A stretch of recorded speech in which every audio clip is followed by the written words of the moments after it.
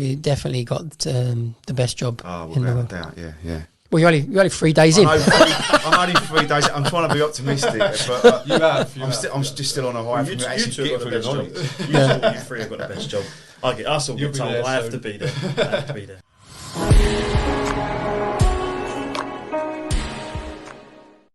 Thank you for supporting our channel. Thank you for supporting Wizan. Please like, subscribe, comment, and hit the notification bell for any future videos. So today we're here with Adam Davis, Luke Baker, and Tony Cornick. And Tony's come in exactly the same attire from the website that we need to know. Is he said it was called Arnie? This yeah, it's either Arn or Arnie. I'll have to check it out. It's the fashion of the week. Welcome and thank you for coming. I understand you have got your badge on your hand already. Yeah, got it about 2 weeks ago. Yeah. What was your badge number? 81145. And you, Tony? Yeah, 6 weeks I've been out now. So you've actually been out driving the cab? 6 weeks, yeah. How you found it? Brilliant, love it. Yeah? Yeah, it was hard at the start. First week was difficult, but yeah. Yeah. And my feet, I think. You've been out as well, Adam? 3 days I've done. Yeah, started done Wednesday, Thursday and Friday, done short shifts Wednesday, Thursday and Friday. And money-wise?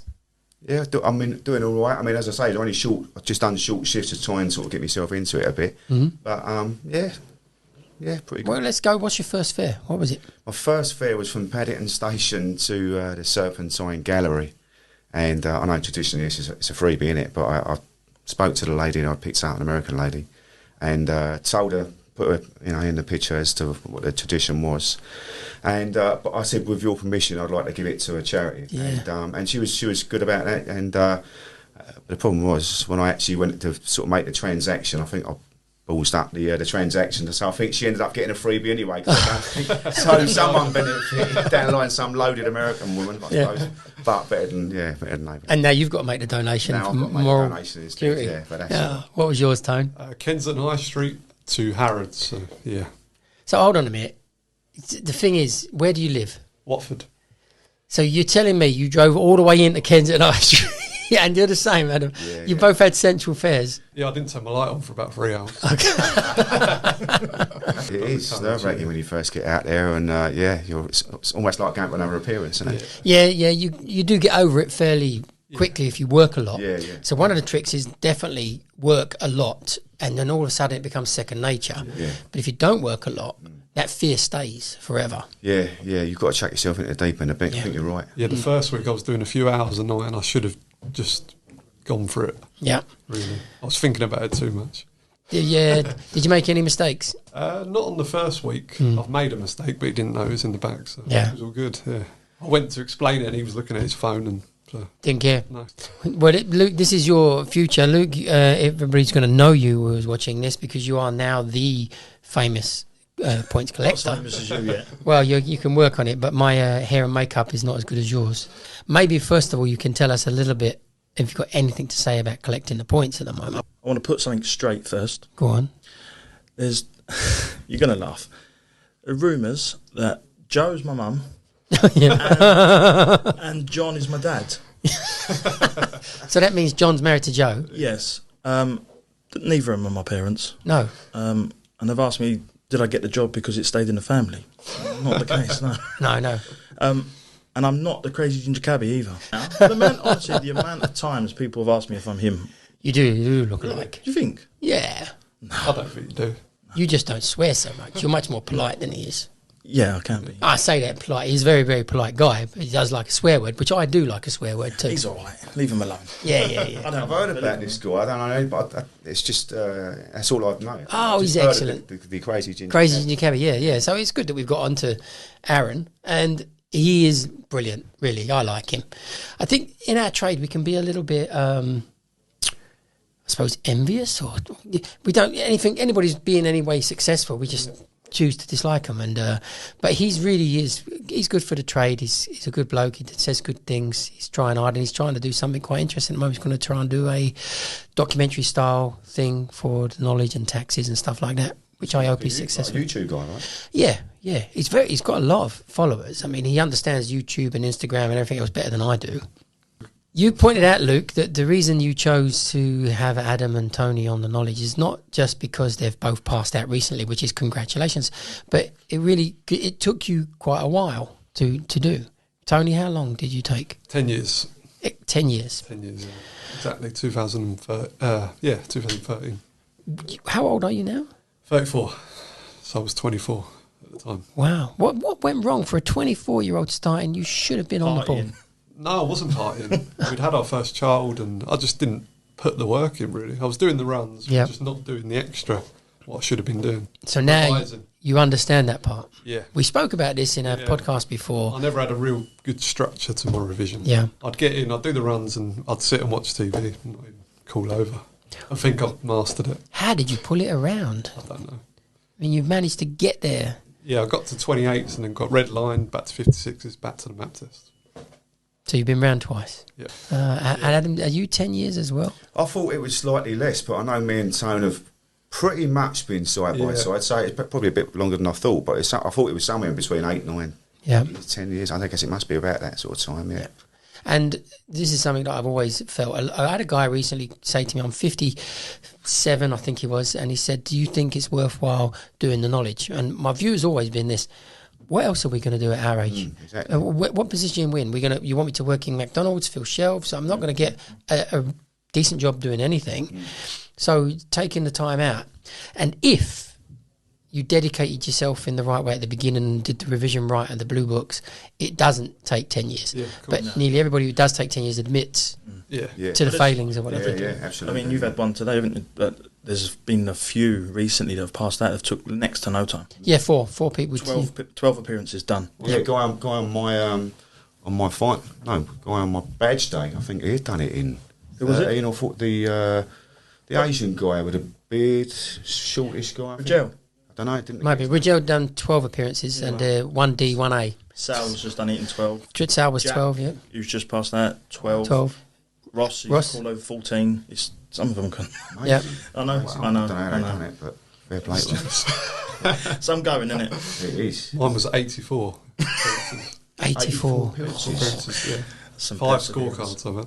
Well, absolute And I amazing lost the dedication. first 2 scorecards because they chopped them. Yep. When they give you a new one. Yeah. When you get redlined. Yeah, I think I lost my first one. I think I ended up with my finals. I had 56 appearances, ironically. Wow. So yeah, enough. Yeah. Oh God. You're not the longest, but you've done your share. Yeah, absolutely. I mean, how does it feel to finish after that? I, without any shadow of doubt, the weight that's come off my shoulders, the pressure that's come out of since I actually got my rec, I'm happier than I think I'm happier than I've ever been, and I say that without any sort of trace of sarcasm. I really am. I just feel amazing. I feel brilliant. All the pressure's come off. I'm smiling more. I feel like a different man. Your one on your day was good though, wasn't it? You and Mark the same day, and it was brilliant to see. Fantastic. So for me, there's two or three great days for me. Badge day. I love badge day because when people come out and you see, as much as their family's not allowed up there, I got to see your family, all 110 of them. Wow, unbelievable. But the sheer relief you can see on people. Oh, absolutely, yeah. And I had one recently, and I think I had a tear. Justin Jones. Yeah. Yeah, he's just passed that recently. Took JJ roughly Jones. about the same time as you two guys. And he come out and he had a little cry, and I was emotional. It's amazing. It's amazing. And still doesn't feel real. No, you're right. Don't feel real. No. I wake up sometimes. I look out the window and the clouds there. I'm like, wow. Done it. I'm the same. Because I used to have dreams of finishing the knowledge, and I used to dream that I've passed, and like, I'm going to work today. Yeah. But now I'm on appearance system. There is a thing. You achieved something. There's the option in life to achieve nothing or to achieve something. Yeah. And this is it. You now carry that medal. There's nothing can take it away from you. I used to compare it to the fact that we're never going to play in an FA Cup final. We're never going to play in a World Cup final. But what you just did is as close as we come to winning something of massive value and importance. So it is a wonderful thing. And I'm really, the dedication and the stamina needed. And at some stage you must have decided I've got to change something. Something has to give. There's something I'm not doing that's right. What was it? I think there was a lot of those sort of moments where I realised I was doing stuff wrong, so I had to amend it. But there was definitely turning points as far as, I don't know, motivation or what. I had a chat with Mum Ayres one day. She spotted something wasn't right, and she sort of had a chat, and she gave me a real lift when I needed it, But also, there was a real turning point. I met was out pointing one day. I was on Lowndes Square and I got talking to a cabbie pulled over. All right, mate, how you doing? And we got talking, and we chatted for about an hour, and he really motivated me. This guy, he told me about how happy he was in his life, about how happy he was with that badge around his, and it really shone through. What it reminded me of, because I think when you're on the knowledge, you get so embroiled in the knowledge, you get so sucked into it, your focus on learning and remembering and points and roads, you're just so absorbed in it, you forget why you're actually doing it. And you're doing it because you want to be a black cabbie, and you lose sight of that. But this guy that I had a chat with, Paul Hart, if he's out there listening. Yep. Great guy.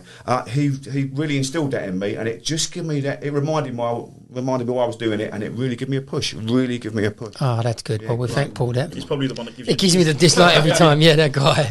No, that's me. You know that. Oh, he might be you, Luke. You won't get one in this video. You know. You sure? Yeah, because it's me. Let's see. What was your turning point, Tone? Going back to the map test, Mr. Gunn, and I was 3-3. Yeah, 28. Oh, and he took 56s, put me back to the map test. It was you have to have a little break, don't you? Mm. And I thought I'd quit my job because I was on 28s, and I thought I was going to finish the knowledge very soon. So I had a real, and it was Christmas, and I'd never had a credit card, and I had to get a credit card to pay for the map test. So I applied for this credit. They only let me have £300, and it was how much the map test was. So my wife said, "Do it, go on, you can do it." And then we went back, and that was it. I just gave it a bit more.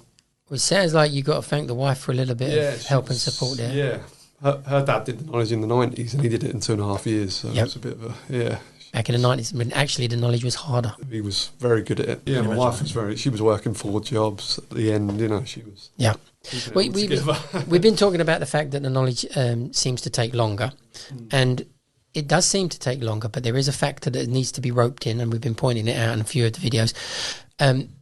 There is not as many people who are following a dedicated format now.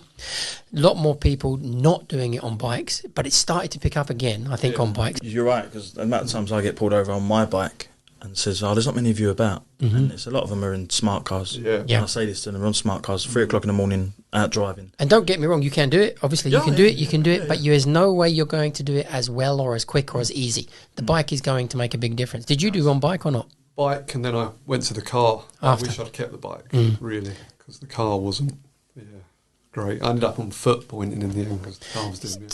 But I don't really think I wouldn't have been able to do it in a car. No. I just couldn't have done it in a car. I can't stop, I can't look, I can't concentrate. Yeah. And there's a lot more focus required on driving a car.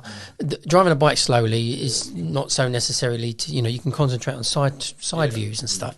So, and you done a car or bike, Adam? I've done both. I had got the scooter, still got the scooter, but if it was really wet, I'd go out in the car. Come off bikes in the past, and the roads are too dangerous when it's wet. So if it was a bad day, or if I was expecting bad weather, I'd go out in the car. Well, it's dedication. If it was really wet, I didn't go out. So that was the other option. Couldn't deal with the guilt.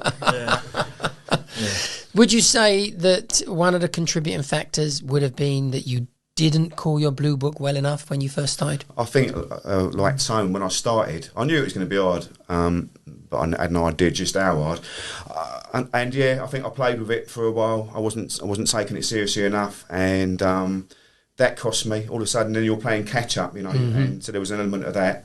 But it's a wake up call when you go for your first appearance, and I made mistakes along the way. I probably should have done things slightly different, but I was never the best learner in the first place. I always found absorbing information sort of quite tough. But I was torn between the two of picking points up. I did the runs, and then someone said, "You better get the points." So then I ended up going back, trying to do the radius points. Yeah, not being methodical. Then did all the blue book, and then felt like I didn't revise the blue books. So I knew the first 20 perfect, but the rest were just all over the shop. I know. I could call them, easy, but it was all the other. Then I had my first appearance, and I scored. So I thought, I'm all right. And that was it. I just got D after D after D. So I didn't know what to do. We talked about this earlier, and it's some key things that we need to reiterate. First of all, when you do your blue book runs, be as fluent and as possible. Yeah. And the fact is that focusing and learning those blue book runs on their own is a massive task. So anybody who thinks that they should be doing something else at the same time is crazy. Yeah. Get that done, and then start finding points that are actually relevant rather than ones that are not. And then this is the real secret to doing knowledge quickly, is the amount of point to point that you do, because the whole thing is point to point. But you can do point to point easier if you're fluent at your blue book runs. Knowing the points is the minor out of these three things, because you can drop points in an appearance and not have a problem. Get a run wrong, you lose 10. Get a point dropped, you lose 1. But you usually know enough. If you know 3,000 points, you usually percentage-wise got enough points to pass every appearance if you do good runs. Yeah. So people do go overboard sometimes on points, and they negate the fact of doing point-to-point, or they negate doing the blue book call-over, which gives them their fluency in their language. So these are the core elements to getting through quickly. And you seem to have made the classic mistakes of definitely those that have gone before. I struggled getting a call-over partner as well. But the first 2 years I was on the knowledge, or first, I don't know, 18 months on appearances, I had no call-over partner. I couldn't pin down a reliable call-over partner. That was another game changer when I started calling with someone. Oh wow, that opened my eyes. Yeah. And I found that was the difference. You could see it by my cards when I was calling over regular with a call over partner. I was doing okay, and I found it was twice as much. You were getting twice as much information and knowledge for half as much effort. Yeah. It was a massive help. It was a huge help. Yeah, I found that once I started calling with you, it just changed things. Confidence-wise, I went in there and thought I can do it now. Yeah. You know. So no doubt about it. For everybody, a partner is a game changer. Yeah, absolutely. Just even crucial. 2 hours in the morning we used to do, didn't we, every morning? It was just enough. Yeah. Even that, just quality. Your fluency, just that regular. Just hearing someone else calling different roads. Yep. You go, God, that road. You know what it is as well? There's a witness to your stupidity and your greatness. Yeah. So it would be like playing darts on your own and throwing 180 and saying, "Oh, there's no one here. No one's here." Or the opposite of throwing 3 darts and missing the ball and saying, "Good job, no one's here." So that kind of thing, working with someone. That was exactly how it was, wasn't it? Yeah, it was exactly. You'd call it, I'll be like, "That's brilliant." Yeah, like, another one, I'll be like, "That." We need that. You need it, yeah. I had a thing with the guys that were good. You'd have to tell them sometimes that wasn't good enough. Give them a little smack down. But if it was somebody else, you'd lift them up. And you are there to do that with each other. Yeah. So I can't stress it enough. Having a partner. Huge. And I think people leave finding a partner too late. So your job to find a partner starts around about run 5, 6. Yeah. Just you've got to find someone, and it's not easy. Yeah. And if you can call Blue Book with them, great. Call Blue Book. You might think, I can do that on my own. Okay. If you do it on your own, you're pushing that partner aside and then hoping you get one in the future, because that guy might not wait for you. But if you've got someone, just cling on to it, build up a repertoire and work together, and you will go through so much quicker. Yeah, it made a massive difference to me, for sure. Definitely. You got a partner, Luke, haven't you? No. No, I haven't. And I know I need to. It's difficult what these guys are saying. It's difficult to pin someone down. Reliable, yeah. Not that they're reliable. It's distance, maybe. You find them not now when I speak to a lot of people that are probably on the same stage as me. What stage are you on? 56. How many appearances? 2. Okay, well, Sammy Makegee's here. He's on 56's 3. Okay. He needs a partner. Sammy. Yeah, Algerian. Lovely guy. Looks like you. He hasn't got ginger hair. He's just... No. I've had a few different options and this and that, and part of it's my fault. I haven't followed it on. Sometimes I get a bit frustrated and I think, do you know what, I can't deal with other people. I'll just do we it still at Skype though, didn't we? Yeah, we Skyped, anything's better than nothing. I know that. And like I said, what I was getting on the point is a lot of distance wise, I'm hearing, not sort of seeing people that are further out of London now. So trying to organise something, I know you're saying about this technology and there's phones and this and that, but I'm a big believer of together, somewhere in front of a map, because I think the way I learn is we see it. Yeah. It's definitely better if you can sit in the same room and call over, but if you don't have that option, something's better than nothing. I get that. I would go to the school. I mean, I hate this because it's going to sound like I'm, self-interest, vested interest. Forget that part. I would get to a school and I would work in that school on my own. Whilst I'm meeting someone, I'd do my best to introduce to other people, to find someone, and then I'd go for that appointment. People don't know this, but I'm born and bred here. Salmon Lane is my haunt. Eric Street is where I was raised, and Bonner Street in Roman Road. When I did the knowledge, I did it with my brother, but I lived with my friends down in Ching. And to get my brother through, I came every day from Cheam to here to work with him to make him do it, because I knew he didn't have the motivation, but I did. Yeah. So it got him through. But what I did was, coming from Cheam, I took all sorts of strange routes. I'd go up through Brockley and come up. I'd go up towards Harrow and come up right. I'd just every sort of variation of a route I could do to give me some extra knowledge on the routing. Visit my points, because I would make them based on the system that we use to visit points based on bus stops, just trying to get one after the other. So no matter where you are as well, because some people use it as an excuse, oh, I'm on the other side of town. Yeah, no, but you are doing the London knowledge.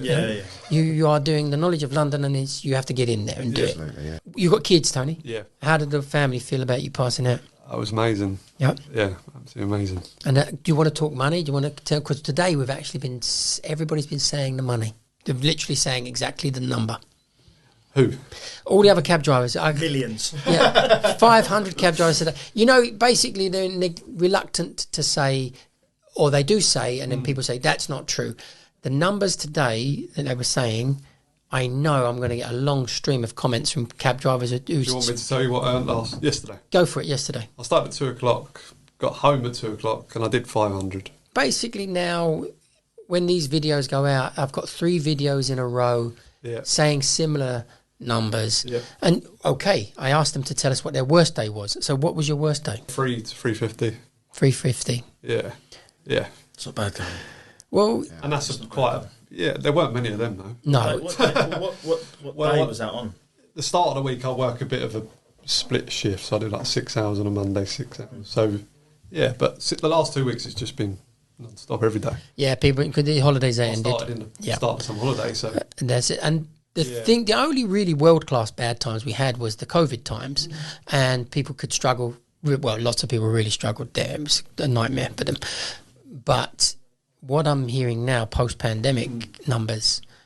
And I probably did better than that yesterday. Yeah. Sometimes it was a bit overwhelming and I had to stop. One in, one out. Yeah. They're literally getting in while I'm trying to sort the payment out for... And he's trying to tell me where he wants to go. Funny enough, I saw an argument, and I don't know if I spoke about this earlier, but there was an argument earlier on Twitter I saw, and I completely disagreed.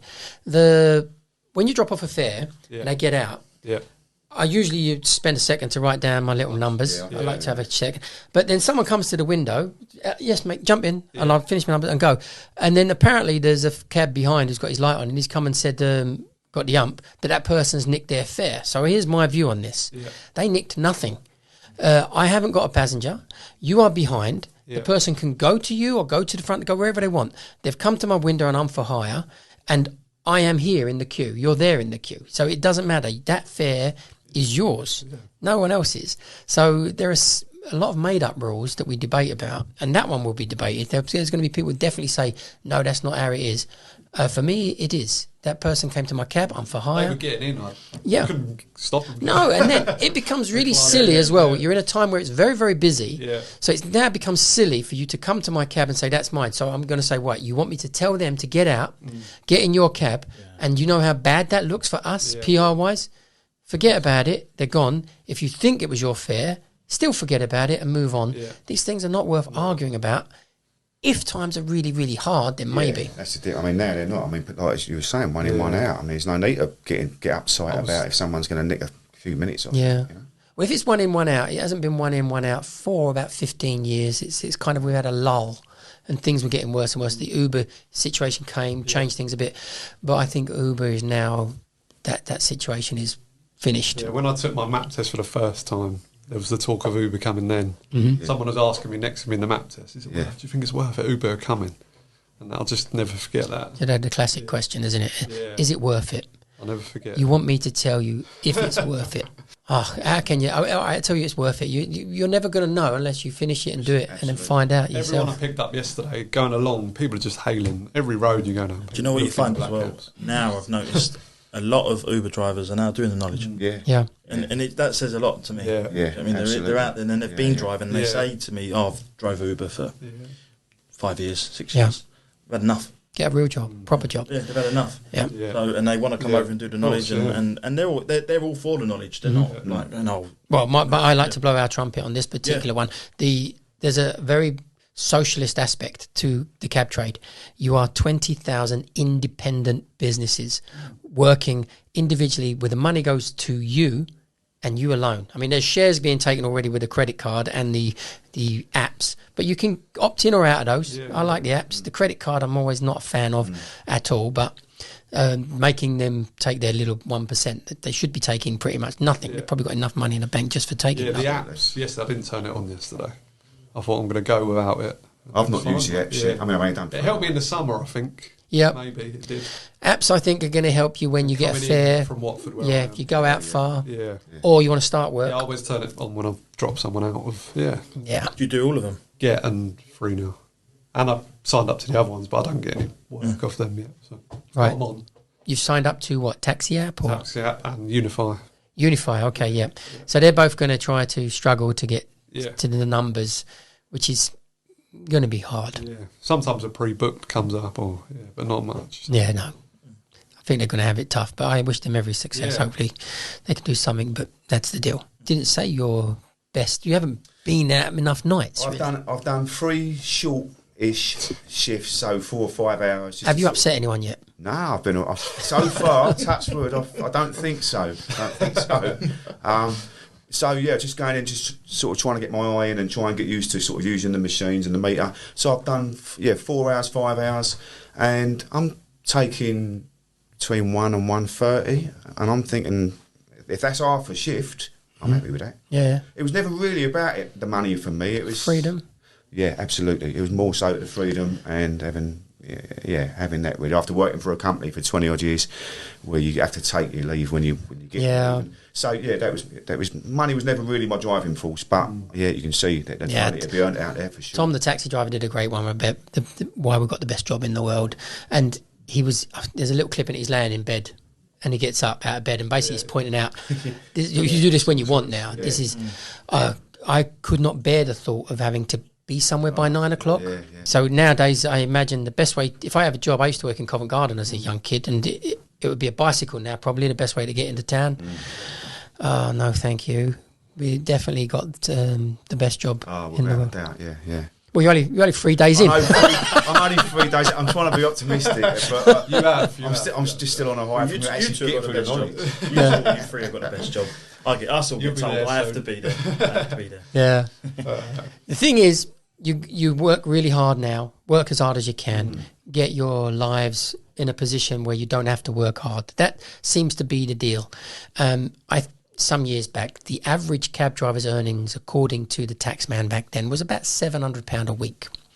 And it shocked a lot of people. But the reason is quite simply, all the veteran taxi drivers might only be doing 2 days a week, 5 days golf.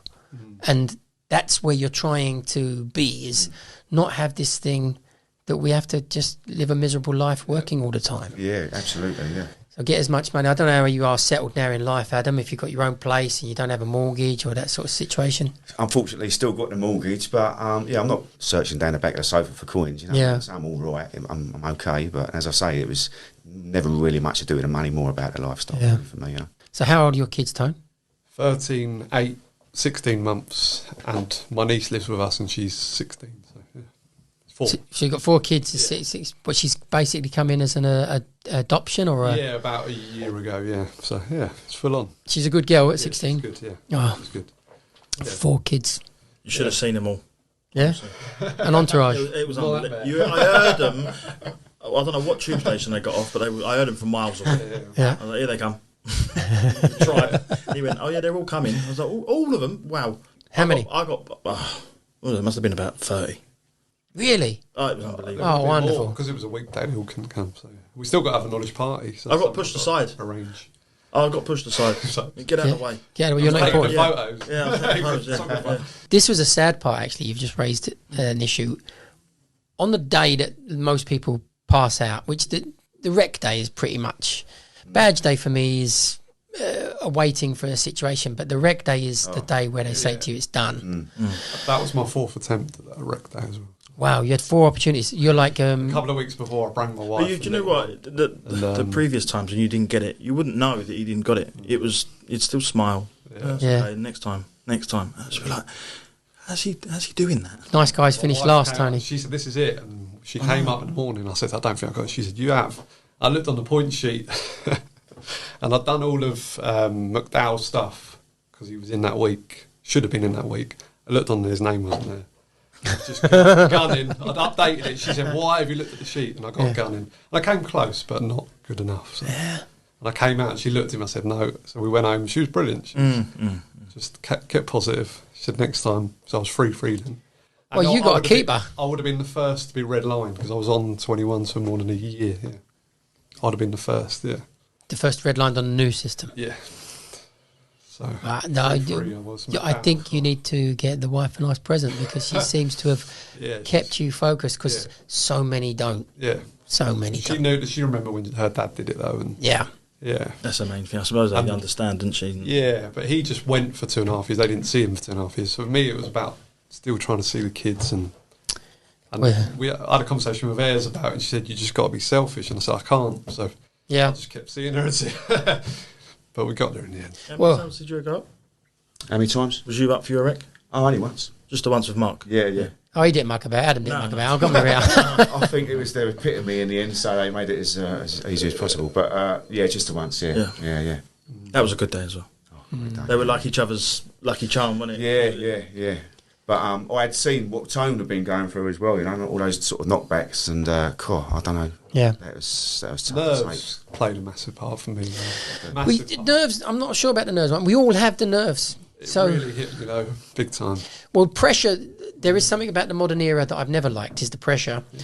The pressure of being 3-3 means that the appearance has just actually taken a turn for the worst before you even go in there. Yeah. So that was one of the things I've never, ever liked and has never been fair. Yeah. And you build that pressure up on yourself anyway, and you think, But in general, from what I knew from the examiners, when you're on 3-3, they would try to be in your favour, some of them. And a couple might not care. Yeah. But you raised something there with the wives. I had a guy doing the knowledge longer than you two did. I think it took him 16 or 17 years. Wow. And he had a new wife of maybe 5 or 6 years. And this wife phoned me and kind of insinuated that I'm evil. And I'm it's true. You are. I'm taking money from him month to month. God. And I'd already told him, come and you don't have to pay. He wasn't, so he probably hadn't told her that he could wasn't paying. So, which was a good idea. I said to her, he has to do it, and he will do it, and he will finish. He's there now. He's got it under control now. Yeah. And she somehow felt that I was deceiving him, and she'd obviously had enough. Whereas your partner... Oh, she was brilliant. Kept it going, and she could have kept it going because she didn't contribute to him getting through, but he did get through and he did pass out and he hated the job. Nice. I've got no choice but to love the job. No, you do. You do have to love the job. Yeah, even every appearance, I'd ring if I'd scored. If not, I'd text. And she was, nothing but positive. So lovely. The kids were... My eldest was 3 when I started, then honestly, she's 13 now. That picture that you posted of your daughter in the back of the cab when you started, and then the picture of the same girl 10 years later. Getting back to the 3-all just quickly, Justin, who just passed out, and Mike King recently, both 3-all when they went up, and the sheer pressure, the relief when they come up, and I can only imagine what that's like. Yeah, well, and I'm on early stages, and I'm thinking there's so much that rides on that last appearance. 3-all, you think now either I'm going to score and I'm all done, or I've got to start all over again. Yeah, and you think, wow, it's a big, massive difference. Well, now imagine that the old scenario, which is go all the way back. I've been red lined on 21s already. I'm on free 21s, and if I foul, I go to 28s, and if I pass, I'm finished. Yeah. And that was the absurdity of that scenario. That makes no sense, and it's disgraceful. And there are people that suffered that. And the argument from the guys that have done that system was, I did it, so therefore they should do it. No way. Things move on. When I was 56s going back to map test, that was harsh. When I was at 28, so I was... You've got to give any student hope. You've got to give them something that they think is achievable. If you keep getting knocked back and the red line system, it just takes away your hope. Yeah. It's just, if I didn't have the family, I would have given up. Yeah, I reckon my mum paid for motorbikes, and I had 5 bikes in the end. People pushed you. Yeah, I was lucky. My nan, you know, everyone's. There's people out there that Otherwise, didn't have I'd that given luck. up. Yeah. I would have. No, When I got back to Map Test, that would have been it. I mean, one of the reasons I said getting you two on is recently I've heard loads of people thinking, is it for me? Is it for me? I've been on it for a long time. These two, Yeah. there you go.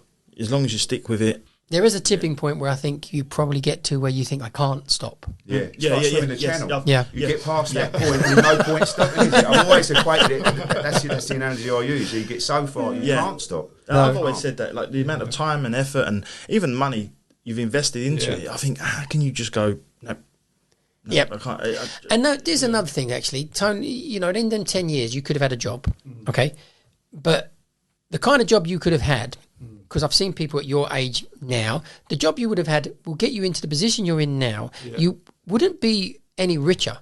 You've had to invest a lot, but you'd still be a regular bod doing a regular job that has to probably wait for the next paycheck so you can book the holiday or whatever it is you want and buy the next thing you want. So by committing, by carrying on and getting to where you are now, there is a different life that's going to be coming. I mean, everybody's been saying the game's dead for years, and quite literally it must be 70, 80 years old, the phrase. And it wasn't dead when I did it 30 years ago nearly. And it certainly seems to be pretty amazing now. Can I ask the question for that? Why do you think they say that? I think there are two different kinds of people here. I always compared it to fishing. Any fishermen? It's absolutely... You've left your float over there for 2 hours with no bite on it. That's not fishing. No, that's change bait, change spot, change depth, have a look, have a think, have a bit of talent.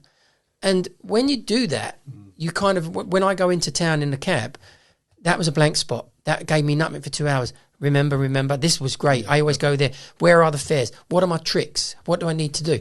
And it is exactly the same mental condition of fishing, but you're fishing for money. Yeah. And I imagine, like, there's a lot of fishermen who put the deck chair up and the igloo, because I'm not a big carp fisherman, and then they lay down and don't realise they've got no batteries in their carp indicators or whatever it might be to tell them.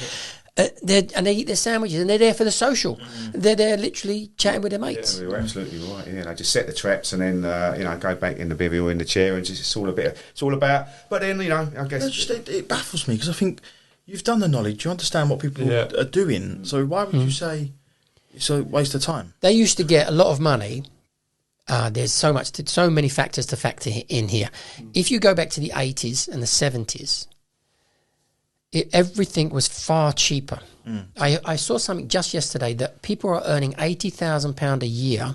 Sorry, it was dollars. $80,000 a year and struggling in America because of $40,000 was rent and rates and whatever, food and car and they were struggling to make ends meet on $80,000.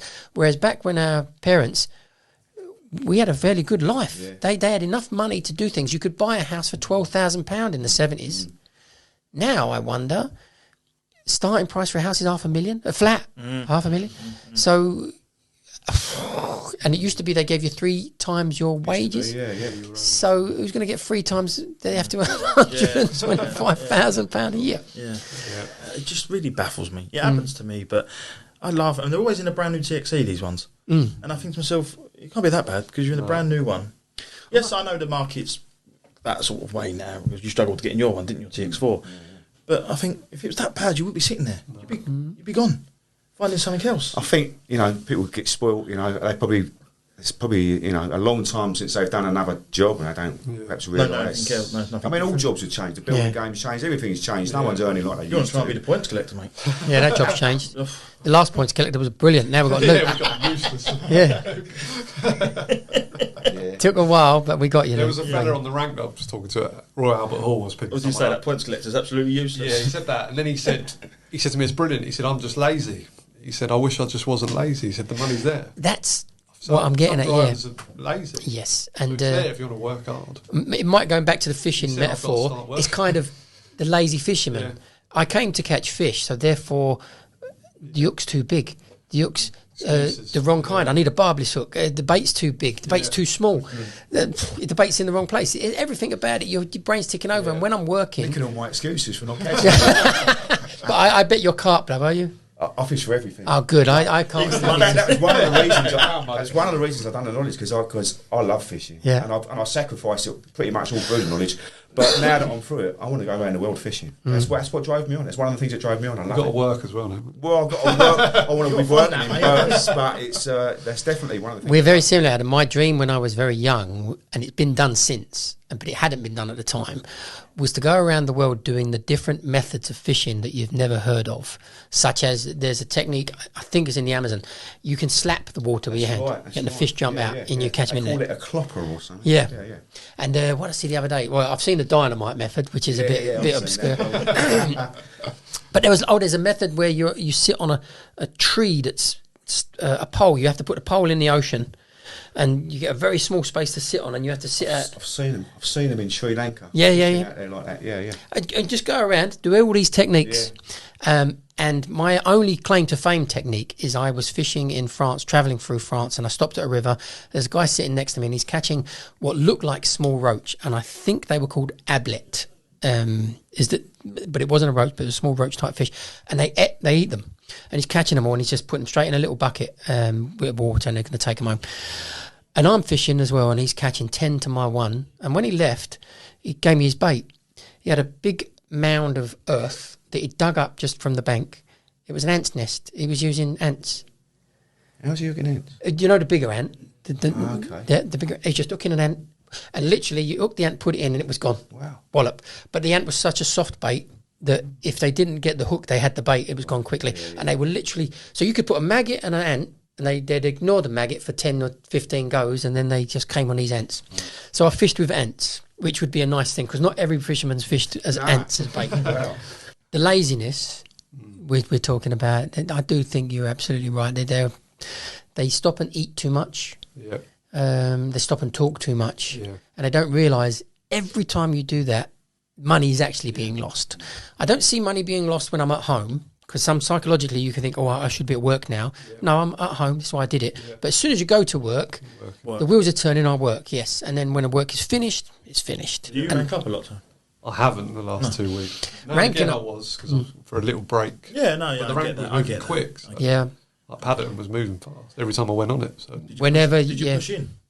Once I got told off. I didn't realise I pushed in. Did you not follow the number plate behind? Yeah, but the fella obviously come down the other lane before, and he was in the cab in between us, obviously.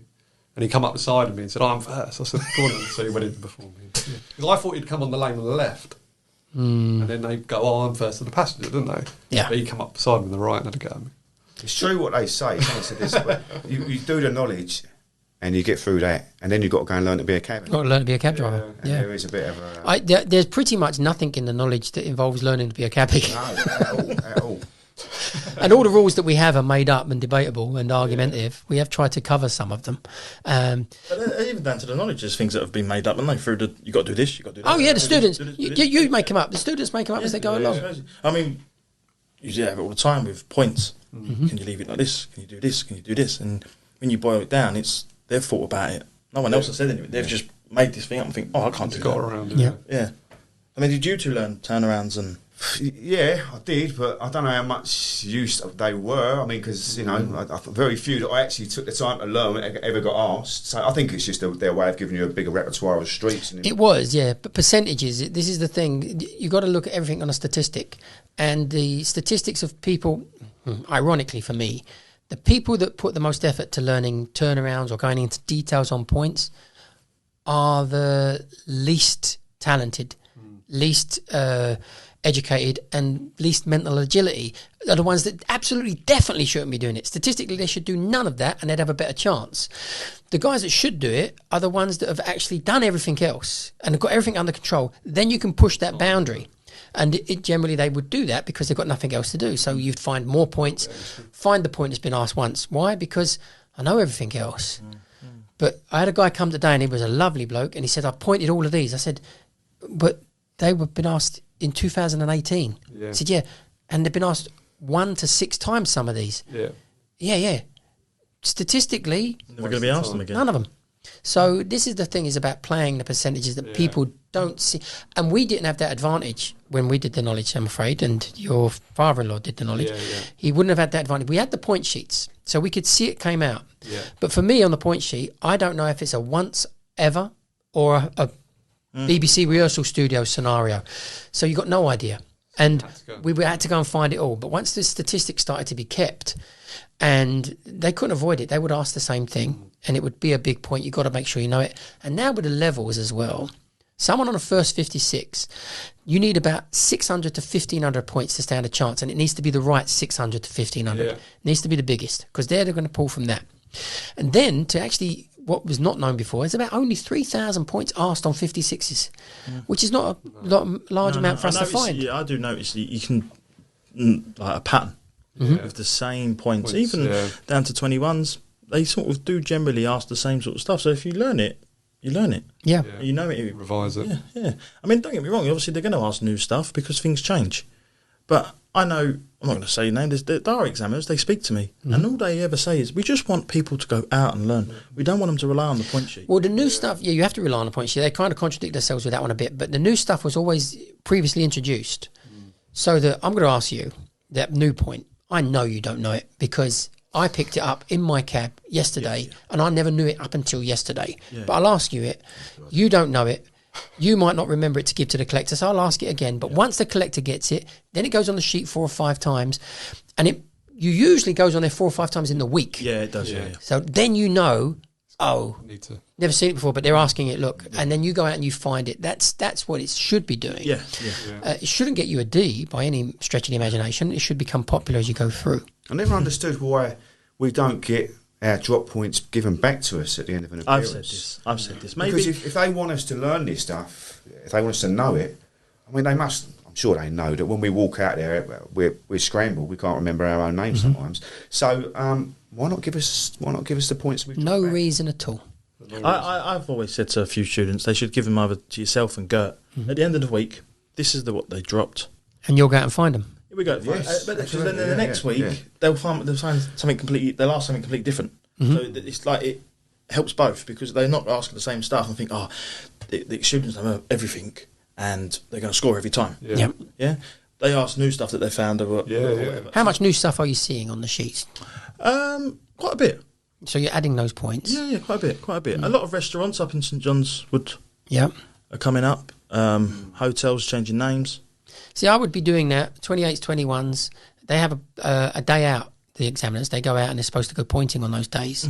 And then on 28s and 21s, I'd ask my new set of points, and I'd stop asking them as soon as it's being got every time. Now that's a dead point now, and I'll bring in some new stuff. And that idea is that the guys on 28s and 21s, you still have to go out on your bike. That's all it's meant for. I believe that they should do that. They should still go out. They shouldn't solely rely on the sheet and think, I'm definitely going to get asked this. They're going to ask this. They're going to ask this. They're going to ask this. You don't know. Well, that Just way, go out and pick things up. Even if you get that feedback, and then the examiner wants to throw that same obscure point at you, a few months later, if you've seen if you've got these points that you've dropped, you go out and you see them, then they can test you, and then they can see, oh well, he's been out, he's had a look at it, fair play, and so because all they've got to ask is what's opposite, or what was there, what else is there. Well, you used to ask the colour of the door. Yeah, Saatchi Gallery used to be in Boundary Road, if I remember rightly. I don't know where it is now. St John's Square. No, the one in King's Road. Is it? Duke of York Square. Right. Okay. It was in Boundary Road, and it had a grey gate. Yeah. You remember it being there then? No. Mr. Patel asked me a point, and he said, I said to him, the road, I can't remember where it was, and he said, what colour's the door? I said, I just guess red. He went, no. Guess red. You picked a colour, didn't you, for a door? It's got to be red. Got a bit black in I yours. just said black because then it just said well, it was like He went, dark. no, Yeah, it's night time. But he, on one appearance, I scored 1 with him, 1 point. Right. I dropped 10, 10, 10, and then he scored me 1 for a But you run. did well better than someone last week, I think. Got 0. Yeah. I But was he did have a looking through my crack. things He earlier. did have a crack with. Yeah. He was sitting next to me, and the student come out. He came up to me, and Mr. Patel went to him. There's no point telling him what you got, is there? And they both laughed and then whatnot. So he's good as gold. He's fair enough. I say to a lot of students now that come out there a bit beat up and whatnot, I would rather have these examiners than back in the day. Yeah. Like my dad tells me about when he was passing that was 1071, so whoever was around then. Yeah. But he said, like, It's 71, 1971. no, 71 badge. Oh, is it 7? Oh, okay. 71 badge. Oh, he's not that He knows old. Mr. Hall. Yeah. I think he wants to come tomorrow, and Yeah. he never scored with him. Just ask him why. My father was 59 something. So No, 59. He's after me. I'm 57. okay. What year was that? 1996. He was 99 or maybe or something like that. Yeah. Yeah, About 1,000 badges a year at that moment in time. about So right, yeah. 57, yeah, 59. Yeah. Yeah, I just think personally, examiners these days are a lot nicer than Oh, yeah. what you hear from back in the day, and the nonsense that they used to get on. Adam, lovely to see you back. I know we've met a few times. Thank you for coming. Luke, keep collecting like a giant that you are. And stop telling jokes and confusing people, making you think that you're Aaron from the Ginger Cabbie. And Tony, not as great funny to see as you, and really commendable to both of you to have stuck with it. Oh, really brilliant to get there, and I hope the career turns out to be everything you dreamed it would be, and that your families benefit, and you can go fishing around the world and tell me the stories. Yeah, that's the aim. Yeah. But I want to thank Tony publicly here as well, because Tony played a part in me getting through this. You know, Oh, brilliant. With just recording over, you know, like reliable call over partner, and yeah, cheers, Tony, and I couldn't be happier for him as well. Yeah. Yeah, well done, Sarah. Well done.